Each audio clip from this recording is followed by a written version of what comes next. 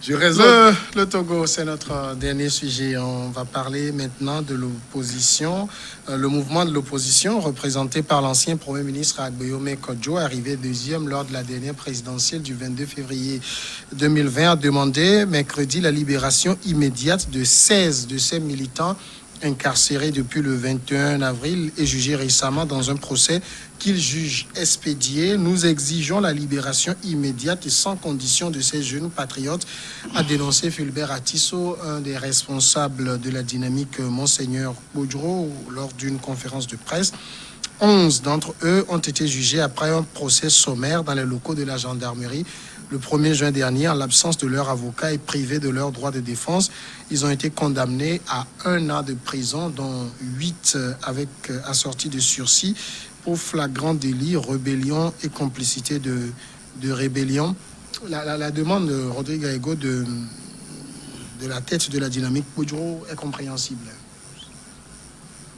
Pour être honnête, je n'ai pas voulu me prononcer sur ce sujet pour des raisons qui me sont totalement personnelles. Mais étant donné que cela relève de la vie de la nation à laquelle j'appartiens, oui, ce n'est pas un souhait qu'un Togolais soit emprisonné pour ses opinions politiques. Et donc, la demande de la libération, elle est bien. Est-ce que c'est fait dans le cadre idéal? Parce que ce soit docteur Gabriel Mensah-Agbeome Kodjo lui-même ou ses proches collaborateurs qui avaient été également arrêtés, interpellés le même jour, ils ont été libérés quelque part. Je me dis que ce cadre-là convenait également pour discuter ou exiger la libération de ces jeunes dont certains sont revenus de l'extérieur, qui aujourd'hui, je ne sais pas ce qui va leur rester de leur statut. Ils ont été jugés et condamnés. Et qui évoluaient dans le monde des affaires, qui voient comme ça aussi leur vie brisée. C'est totalement dommage. Alors qu'on avait la chance, lorsqu'on discutait ou on négociait la libération de ces leaders-là, de discuter également de la libération de ces jeunes. Je me sens offusqué parce que pour la plupart, ce sont des gens que je connais, des amis. Donc, voilà, vivement que cette demande de libération, que ça soit écouté par ceux de droit, pour que ces jeunes puissent regagner leur famille. C'est ce que je fais l'effort de dire dans cette histoire. De toute façon, depuis que ces jeunes ont été arrêtés, on se rappelle de cette affaire, des éléments de la gendarmerie haute venaient prendre Agbeome, contre qui il y avait un mandat d'amener. On a considéré que c'était des jeunes qui s'étaient interposés, qui ont fait de la résistance à l'opération, mais les gens avaient dit que c'était une affaire plutôt ubuesque. Vous savez, je ne sais pas. Moi, quand on a annoncé un procès pour ces jeunes-là à la gendarmerie, je me suis posé des questions. Comment ces leaders politiques peuvent laisser tout ça là se passer pendant que vous-même, vous étiez dans les mêmes situations, vous avez été libéré avec, sous condition, et vous laissez vos militants dans cette situation. Je n'arrive pas à comprendre. Moi, je dis tout simplement qu'il faudrait que les leaders politiques, il ne suffit pas de rester là et de crier. Nous réclamons la libération de ces jeunes. Qu'est-ce que vous faites concrètement pour que ces jeunes-là soient réellement libérés? Quand on dit quelqu'un est jugé, il vient de dire tout à l'heure, Rodrigue vient de dire tout à l'heure, que c'est des gens qui reviennent, qui sont... il y en a qui sont revenus de l'extérieur. De l'extérieur et tout ça, mais avec désormais un casier judiciaire sale. Sale. Qu'est-ce qu'ils vont devenir, tous ces gens-là? Pourquoi, pendant que vous négociez pour vous-même, vous n'avez pas mis la pression? Mais il y a des situations que des gens ont vécues. Ah mais, nous sommes arrêtés avec nos militants. Si vous devriez nous libérer sous condition, il faudrait que ce soit la même chose pour nos militants. Aujourd'hui, ces gens-là, c'est vrai, moi, ce qui me touche, c'est qu'il ne faut jamais prier pour l'arrestation ou l'abassement d'un individu. Franchement, c'est inhumain. Mais là, vous devriez autant vous protéger, mais vous protégez aussi vos militants. Si on demande la libération immédiate, qu'est-ce que ça veut dire? Vous avez quelle force de dissuasion pour demander aux autorités de libérer immédiatement? Tout ça, c'est des propos politiques. Mais dans l'action, nous voulons voir ces dirigeants-là aller discuter, négocier cette libération-là au lieu de sortir sur les antennes, faire cette déclaration. Oui. Vous pensez que dans les coulisses, il n'y a pas de discussion pour le sort de ces jeunes? Quelle discussion? Vous savez, moi, depuis que cette affaire a commencé, la première question que les leaders là devaient se poser était d'abord pourquoi nous sommes partis alors que les jeunes nous protégeaient entre griffes, parce que les jeunes là ne pouvaient même protéger, ne pouvaient pas protéger Agboume Kodjo contre l'arrestation donc par les forces de sécurité, les forces de l'ordre. Les gens qui nous protégeaient, que vous avez arrêtés, maintenant que vous nous demandez de rentrer chez nous, nous exigeons là automatiquement que ces enfants nous accompagnent pour rentrer dans leur famille. Vous n'avez pas fait ça. Vous avez préféré votre liberté. Et pendant combien de jours, pendant combien de mois, vous êtes restés libres, vous avez regagné vos enfants à la maison. Et les enfants qui comptaient sur vous, parce que si ces enfants sont venus devant le domicile d'Agboume pour s'interposer entre les forces et l'arrestation d'Agboume, c'est-à-dire ils comptaient sur lui. Agboume leur a dit, mais comptez sur moi. Mais la preuve se fait aujourd'hui que ces jeunes ont compté sur des gens qui ne pouvaient rien leur faire. Et je crois que c'est la démonstration qu'on est en train de leur faire aujourd'hui, qu'ils comprennent que vous ne pouvez pas, avec je ne sais quoi vous avez, vous interposer entre la force qui interpelle quelqu'un et cette personne-là. C'est une démonstration qu'on est en train de faire à ces jeunes. Je crois que peut-être dans les temps à venir, les hauts gradés, enfin, l'État, les autorités, les responsables de l'État peuvent penser à cette affaire. Mais je crois que c'était une démonstration qu'on est en train de faire à ces jeunes-là qui croient naïvement que ces personnes possèdent des qualités, possèdent des puissances pour pouvoir les empêcher d'atterrir à la prison civile de Lomé. Non, ce qui est d'abord, vous savez, nos jeunes doivent comprendre qu'on ne doit pas écouter n'importe qui, n'importe quand, pour poser des actes, n'importe quel acte. Il faut réfléchir sur votre devenir, votre avenir. Il y a un monsieur, un prédat, qui allait rester dans cette maison pour dire, avant qu'on arrête Agboume, il faut qu'on passe sur mon corps. Est-ce que ce monsieur a pu offrir son corps pour qu'on passe là-dessus pour prendre Agboume? Non. Et donc, il ne faut pas que les enfants avalent tout. On vous dit des choses, j'ai la force, je peux tenir, je peux tenir. Est-ce qu'ils ont tenu? Ils n'ont pas pu tenir. Et ils ont mis la queue entre les pattes et sont sortis tranquillement en recevant les injonctions qu'on leur a données. Ça veut dire que ces messieurs qui leur disaient accompagnez-nous n'avaient aucune force pour les protéger. Je crois, nous sommes en train de le dire tous, parce qu'on connaît ce que ça veut dire la prison. On a vu, on a été, on connaît comment on souffre à la prison civile de Lomé. Tout ce que nous pouvons dire aujourd'hui, c'est de supplier les autorités pour qu'ils puissent comprendre que ces jeunes ont été naïvement manipulés pour tomber dans ce jeu parce qu'ils croyaient que M. Agboume avait une certaine force pour pouvoir les protéger.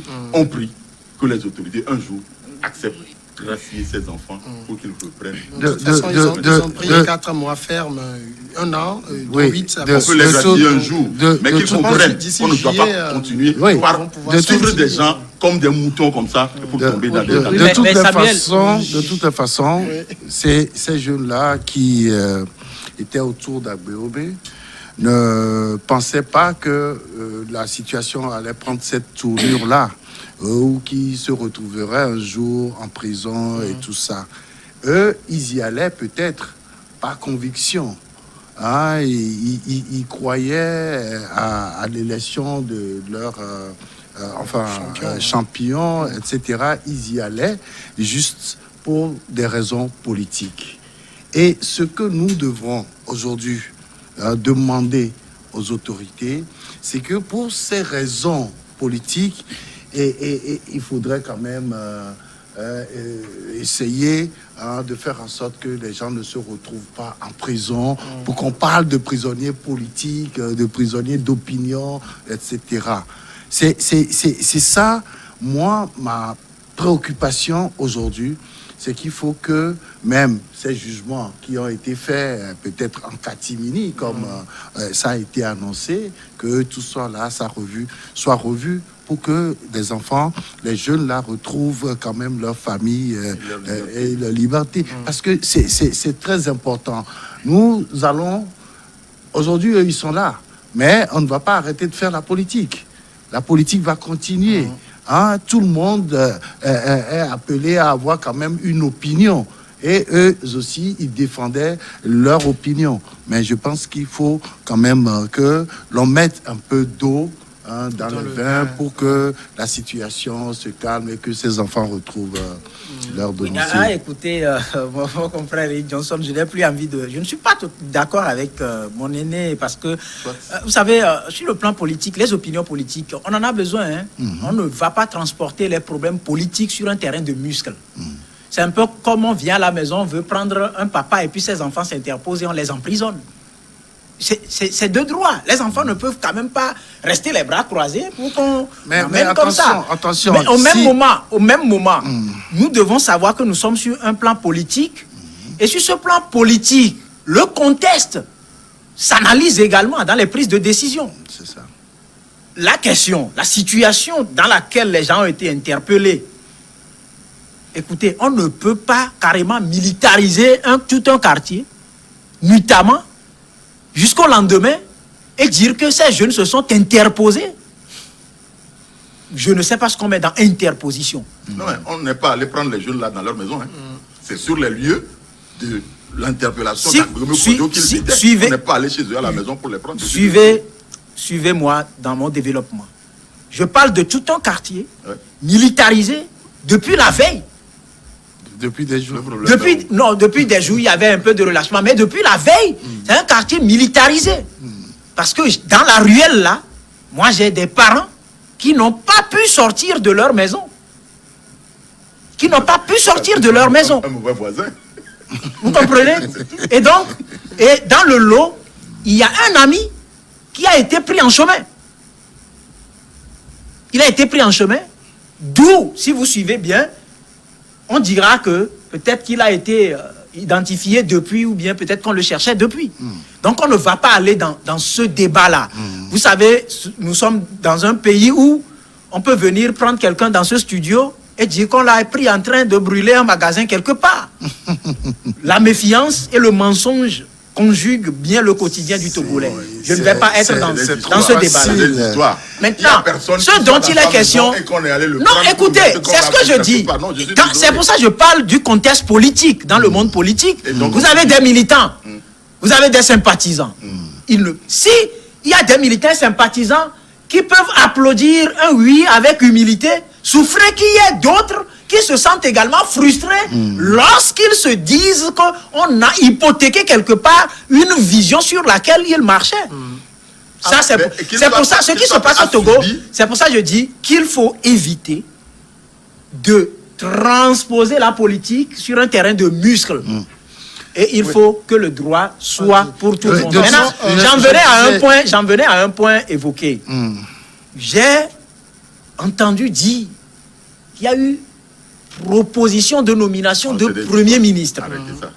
Non, j'en viens. C'est la première fois que ce qui voudra dire qu'après la libération, les discussions ont continué entre les deux camps. pourquoi est-ce qu'il n'a pas été question de la libération comme préalable de ces jeunes pour analyser la proposition de nomination de Premier ministre?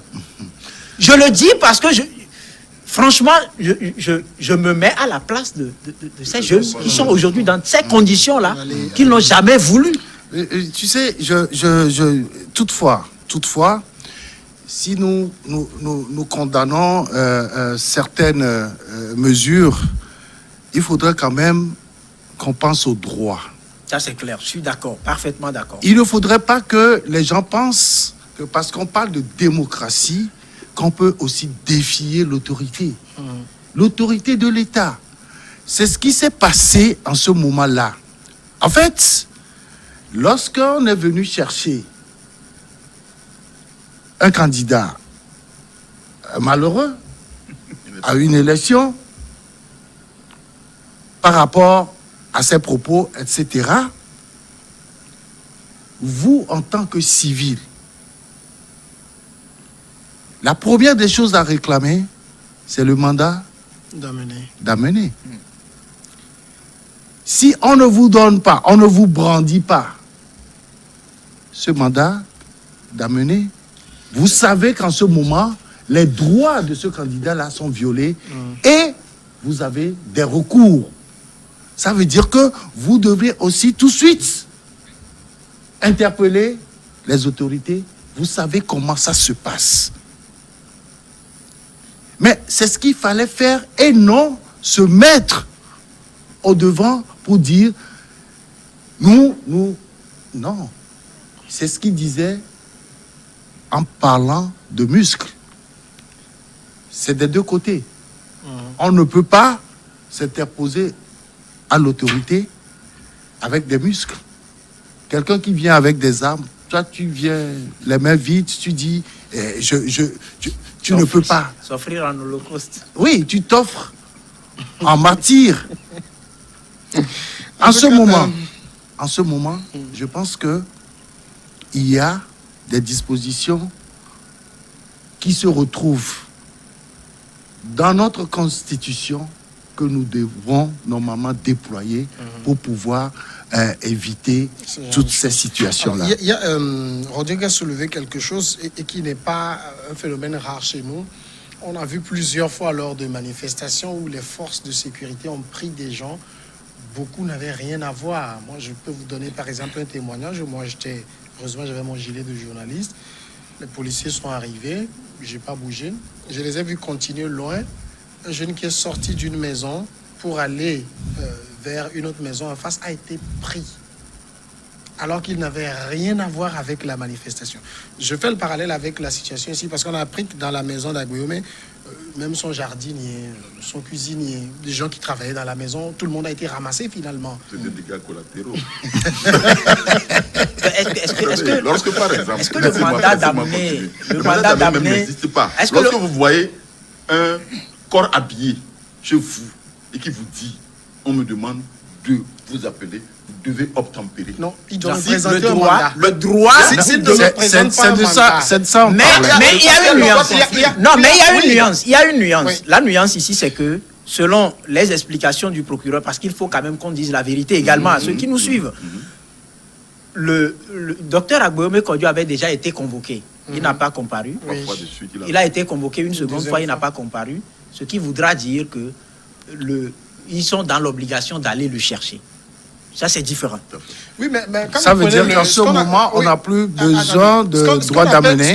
On a besoin de droit d'amener. Mais, c'est-à-dire, aujourd'hui, là, de ce côté-là, la force prime un peu, puisque c'est un peu comme généralement dans le règlement des cas de litige dans les commissariats et autres, lorsqu'on vous délivre une première convocation, vous refusez d'arriver. Une deuxième convocation, on met le rouge. Voilà. La troisième, ce sont des éléments qui débarquent chez vous pour vous prendre. Et là, vous n'êtes plus en force pour demander quelques mandats, que ce soit parce que les convocations sont dans ce cas-là, synonyme de Il y a mandat beaucoup de d'emprunt. contradictions dans cette affaire parce qu'après, moi, j'ai appris que ceux qui étaient allés étaient bien munis d'un mandat. Oui. Sauf qu'on ne leur a pas donné le temps de le brandir. Parce que lorsqu'ils sont là, ils devaient frapper à la porte, Voilà. se présenter et présenter le mandat. mandat. Sauf que bon, tout était finalement barricadé, Barricadé. donc on ne sait plus trop ce qui s'est Voilà. passé. Fallait donc- Sauf que, comme je le disais, tout le monde a été finalement ramassé. Ouais. Hein. On ne sait pas qui est qui, c'est ce que je dis, c'est des dégâts collatéraux. Mais dans cette affaire, ce que moi je vais dire finalement, c'est que qu'on cesse de tromper les gens en présentant des communiqués disant immédiatement, comme si celui qui fait un communiqué a... C'est un politique. Non, on a longtemps fait ça dans ce pays, ça n'a pas marché. Il faut C'est que les gens arrêtent. c'est un Il faut que les gens arrêtent Mais de qu'est-ce nous que vous mentir. voulez, c'est un politique. Immédiatement, ils ont quel mandat, quelle force pour donner des injonctions au gouvernement de libérer immédiatement. Comme si le immédiatement va forcer les mains au gouvernement pour dire, ah, d'accord, Ça comme dépend. Le maire a dit immédiatement, il faut que vous sortiez la aller le Ça rejoindre. dépend. Il dit non, c'est Sur le terrain, passe. sur le Et puis terrain de deux, politique, vous avez dit sur tout le à terrain l'heure- politique, Vous avez dit tout à l'heure, Oui. je vais continuer, Allez-y. tout à l'heure, qu'il y aurait eu des pourparlers après pour nous donner la primature à quelqu'un. Vous avez bien fait de le dire.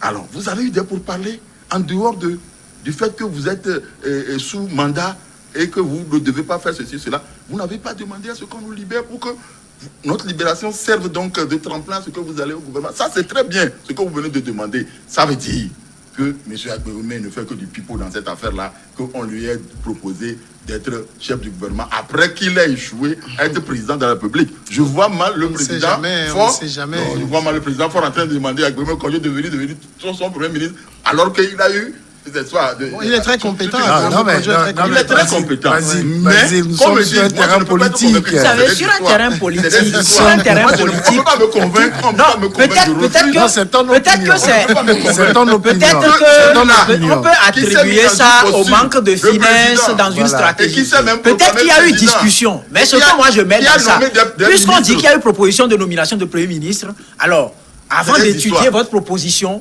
je demande Personne n'a jamais demandé à que mais je ne sois libéré. Je Bon, suis ça, désolé. ça, je ne suis pas dans le secret Non, des je dieux. suis désolé. Dieu. Mais Peut-être avant, avant cette Vas-y. histoire-là.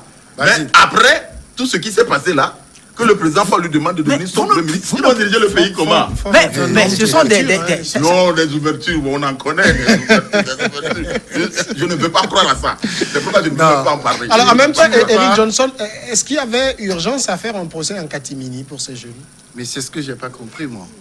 Moi, j'ai pas compris. Finalement, c'est sur les réseaux sociaux que j'ai eu cette information. Et juste, enfin, tel que moi, excusez-moi, je n'ai pas l'habitude de parler de moi, mais tel que je travaille, c'est que je dois aller au fond de cette affaire pour voir clair. Qu'est-ce qui s'est passé pour qu'on juge des gens à la gendarmerie? Oui. Est-ce que ce sont des militaires? C'est ceux qu'on a arrêtés là, ce sont des militaires? Même s'ils sont militaires, jusqu'à preuve Oui. du contraire, on n'a pas un tribunal militaire au Togo. Mais il y a, Donc, il y a- on ne il y a- peut pas- il y a quand même le, comment ils appellent ça, la cour martiale dans chaque armée.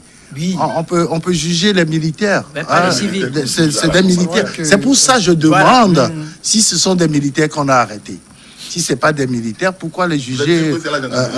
à la C'est ce gendarmerie? qu'ils ont dit lors de la conférence de presse. Vous savez, il faut prendre tout ça. Il n'y a pas un Il faut tribunal prendre. à la gendarmerie pour qu'on juge les enfants. Non, Non, mais mais on peut pas même dire- si- non, C'est on peut vrai pas dire que c'est faux. moi, Vous j'ai savez, essayé au de tribunal, faire, Même si- au tribunal, j'ai essayé de faire un la parallèle, parce que question m'a été dans- posée. Dans cette Je période de réponds. Covid-19, il faut Même- savoir même qu'on si- a fait des procès expéditifs expéditifs pour libérer des Pour- gens. Voilà. Où?